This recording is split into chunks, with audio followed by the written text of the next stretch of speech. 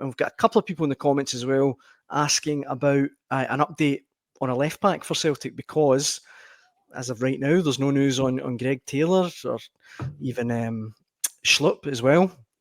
Yeah. So still a few things up in the air for Celtic, but I get it's early days. I just get the feeling that they might not have a problem at left back at all. And I know that it did appear for a long while, and maybe it still will happen that Greg Taylor will move on, because there is certainly interesting options on it, in front of him on the table just now. But Brendan Rodgers has kind of repeated, his desire to keep Greg Taylor at the club, and I think there's a discussion to be had and a deal to be done there. It wouldn't surprise me. You think, Keith, Taylor will probably end up staying at Celtic? I'm not going to put a percentage chance on it, Daniel, but I'm saying I think that's far from something that should be discounted at this moment in time. I think, knowing Brendan Rodgers, he'll be pushing the boat out. There has been conversations, and I kind of get the feeling there might have been a change of heart along the way somewhere, that whereas previously it might have looked as if Greg Taylor had decided that his interest would be best served in moving away. I'm not too sure that he's still convinced by that. I think Celtic is very much in the mix there. Wouldn't surprise me in the slightest if Greg Taylor did sign a new deal. So that would be, if that doesn't happen, then yep, Celtic will need to find another left back from somewhere. Mm-hmm. And we mentioned last night about the boy that was at Dundee, Liverpool, name escapes me. Owen Beck, thank you. Owen Beck being a potential target for Rangers. Yep. Well, I know for a fact that Brendan Rodgers was really, really interested in taking him at Celtic Park. Yeah. When was that? 2 years ago? I think, was that not in January? Was it in January? I think it might have been. Was it just as recently as that? It just shows. I think it might maybe have 18 months ago. Anyway, no, it wasn't. It wasn't January, because Jurgen Klopp was the manager, and Jurgen Klopp played him from the bench in a League Cup tie. That's right. And it meant that he couldn't join Celtic in that season because. So we did 18 months ago, the UEFA's 3 club rule. And he ended up going back to Dundee, if memory serves, on loan because of that. Now, I remember being at the after-match press conference. I think Celtic might have been at home at Hibs, and Brendan Rodgers came in to do the press, and literally 2 minutes before he came into the room, we were listening, and Liverpool made that substitution that Celtic were desperately hoping they wouldn't. And I spoke to Brendan Rodgers after the press conference to let him know that had happened. And let's just say you could tell he was fairly disappointed at it.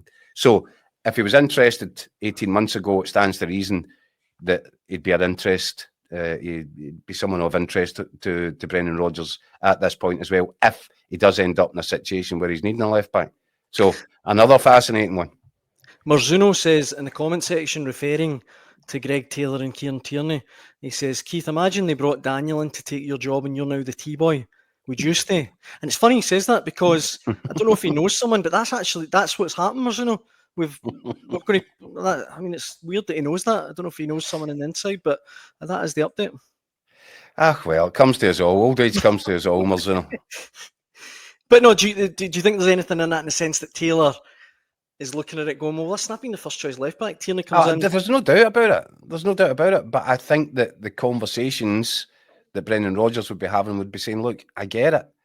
You don't want to lose your place. He did lose his place in the team there, but there's another thing that Greg Taylor needs to consider. One, there's the Kyogo factor, and the grass isn't always greener, right? And a lot of players think, I want to experience something new. And then they move away and they spend the rest of their playing days really regretting the fact that they moved away when they should have stayed. Yeah. At a club which is regularly winning things. And they miss the buzz, they miss the adrenaline. Again, I come back to these Legends matches. It's why these guys can't wait to come back, Dan. Mm-hmm. So it's a big thing to move. And yes, I get it that, he'll feel that he should be a regular starter.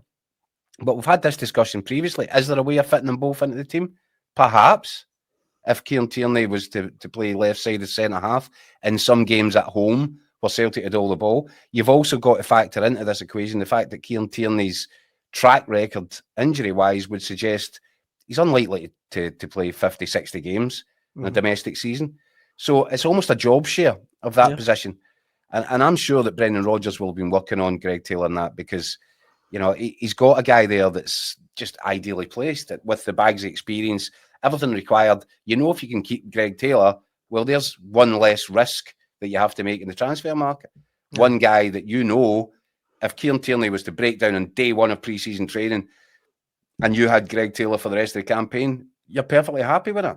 Obviously, you're not perfectly happy that Kieran Tierney's injured, but you know what you're getting. You've got a reliable, tried and trusted man to fill that position. I think that's the way the conversations will have been going, Daniel. And I just get the feeling that Brendan Rodgers, and he can be a very persuasive man, I think that he might be inside Greg Taylor's head a little bit with that. And I think that's why you've not seen Greg Taylor rushing into a decision to go and sign elsewhere. I guess time will tell.